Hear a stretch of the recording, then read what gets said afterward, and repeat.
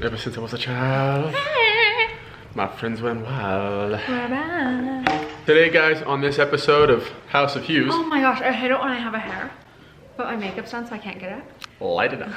Hey guys, welcome back to my channel. Today we are going to be talking to you guys all about the House of Hughes. If you're new here, my name is Rachel. And I'm Hunter. And we are going to... I didn't like it. One more time. I need to get this perfect. If you are new here, my name is Rachel. And my name is Hunter. Hunter's trying to ask you guys to subscribe. I'm trying to think. Come on, stop. If you need that, I'll put. Okay, you ready? Yeah. Go. If you haven't yet, if you have not already, like and subscribe to the video. If you haven't yet, hit that like button and subscribe. Alright, and if you guys haven't yet, hit the button. So like it. And then, yeah, why don't you, and if you guys haven't already, make sure to hit the like button and subscribe to the channel. It's a red box. You can't miss it. We are going to be talking to you guys all about the actual House of Hughes. You guys know that we just moved in May, and we asked on my Instagram what questions you guys had all about the home building process, the home buying process, and just kind of the ins and outs, and if it's something you're thinking about doing, or if you're just nosy like me. I like to know what's going on. So we are going to be sharing all of those details with you guys today and answering all of your questions. And be sure to follow me on Instagram if you guys haven't yet, because every time we do like a Q&A style video, that's where I ask you guys to ask me all of the tea. So if you want to be involved in these Q&As, then I will go ahead and put my Instagram up here on the screen for you. The first question is, who is your builder and are you custom building? We actually did consider custom building. We started the process and hired an engineer, and then the timing wasn't right because Beckham was in the NICU, and we were really, I feel like, using it as like a coping mechanism to try and just... Yeah. Anyway, so we stopped doing that and we ended up going with Edge, who is a really big builder here in Utah and across the country. Yeah. So not a custom build, but we did get to customize a lot of the options. Yeah, exactly. So we went with a builder, Edge Homes. Yeah, I said that. What upgrade are you most excited for? Ooh, that was an easy one for me. 3-car garage. Yes, Hunter was like dying over the 3-car. Mine was definitely like everything in the kitchen, just like the whole kitchen vibe itself. Even though you originally were the one who pushed for the butler's pantry, I'm obsessed with the butler's pantry and I love it. And I also went for like a range hood and like an oven and a microwave that kind of looks like a double oven, so it's in the wall. Yeah. And just like those upgrades, and then an absolute non-negotiable for me was our stair railing. I was so hyped about the stair railing. Featured. We should do a walkthrough of the home, like at the end of this. Maybe you can include that. Oh, I'll be doing a house tour. Not today, but I will be doing a house tour. Not in this video. Right. Cool, gotcha. So a house tour will be coming. I know I've been saying that forever. Okay, this kind of piggybacks off the last question, but what upgrade was a non-negotiable for you? And I'm pretty sure it's just our favorite upgrades, which was yours for the 3-car garage, and then mine was the stair railing. Yeah, and I think also the yard. That was probably even bigger. One of the biggest reasons we moved was so there was a yard for Chloe and then also the kiddos. And that's not necessarily an upgrade, but I would say that's like the part of the buying process where you were like, no, I have to have a yard. Right. How long did the process take because you built during the pandemic? It was a hot minute. Yeah, it did take a while. I actually don't believe the pandemic slowed our build at all. Yeah. Even though I think it just affected the price, but because of lumber and things like that. Yeah, exactly. You guys know that the market really went up. And we're in Utah, so Utah, I know it's kind of been all over the country, but especially in Utah, we've had a really drastic increase in home costs, so that was fun. But overall, the process took about 10 months from like signing the paperwork and actually purchasing the home to moving in. What did the loan process look like? I feel like it was a lot more stressful on our first home because I had a fairly newly incorporated LLC, so I was self-employed. And then Rachel also, no, you were working for somebody at the time. Yeah, I was. So that was kind of more involved, whereas this was fairly simple. I don't feel like there was really much to it. Fortunately, we have good credit and we were able to kind of just buy the home. I mean, what am I leaving out here? I signed some paperwork. Hunter like sent it all to his accountant. He didn't do jack squat, but before Before house hunting, what I would recommend is just talking to a lender.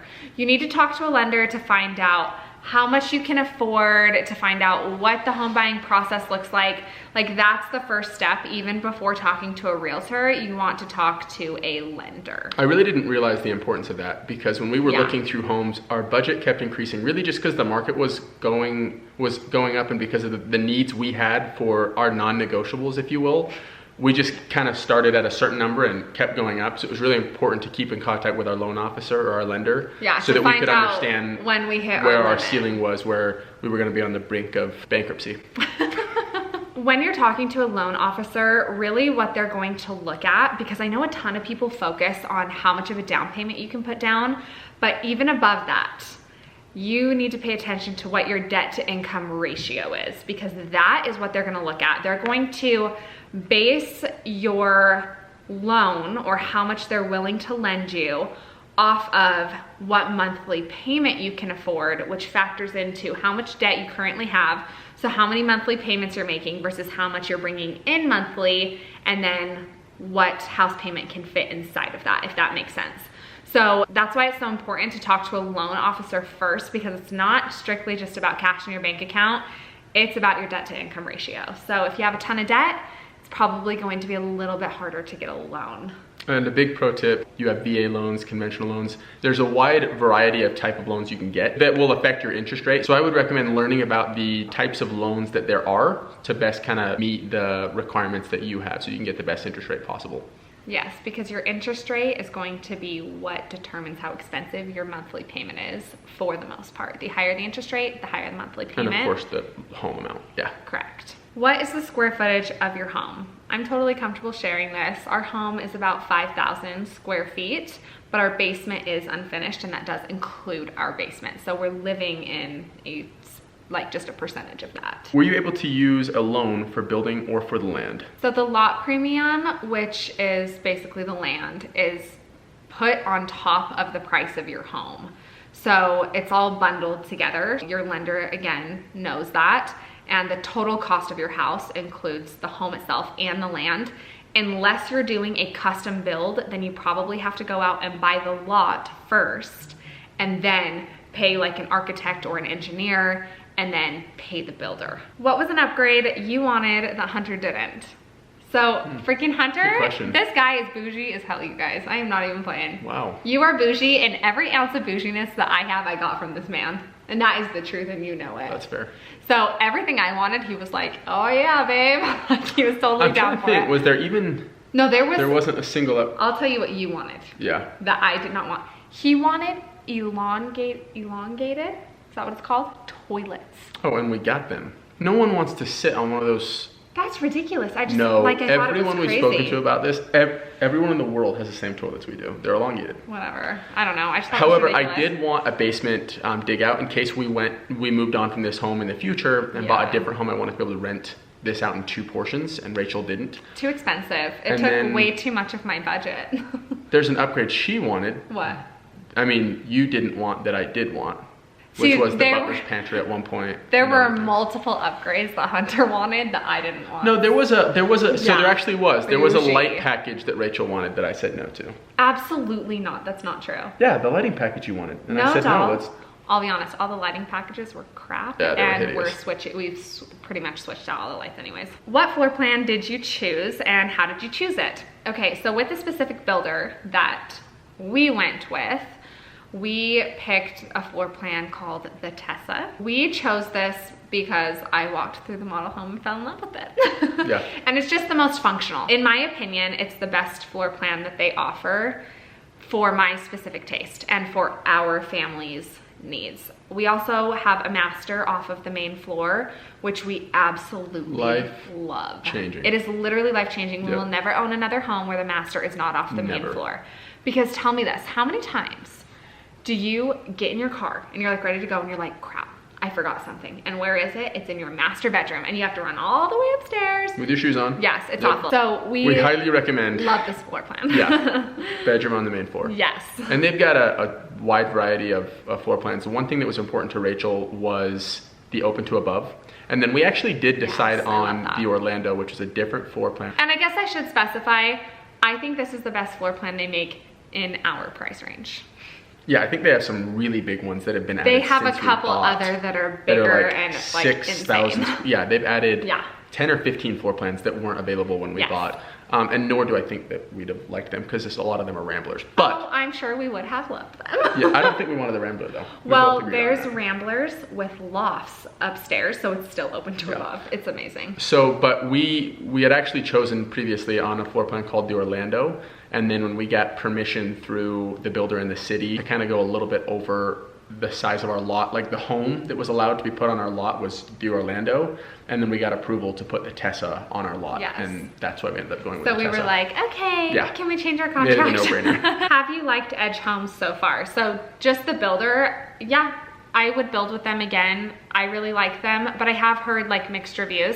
I think it really comes down to who your real estate agent is Yep. and who your construction manager is. Shameless plug, our real estate agent is the best. It's also Yes. Rachel's mom. And She is She helped us amazing. multiple times with a couple of, Yeah.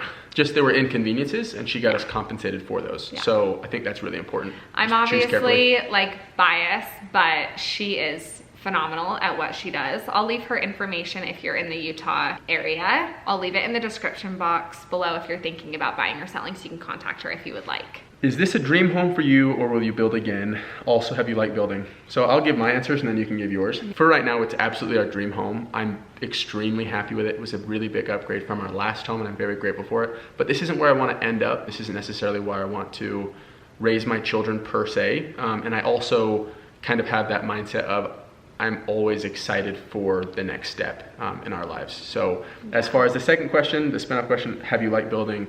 I was really happy with it. I think for me, Hunter is like such a go-getter and he has a really abundant mindset, which I love, and that really like pushes us with our dreams and our goals and financially. But I'm also a big believer, you know that little saying that says like proud but never satisfied? I think that you should be proud and satisfied. Yeah, I agree. And I am very, very happy and feel so fortunate to have this home. I love it.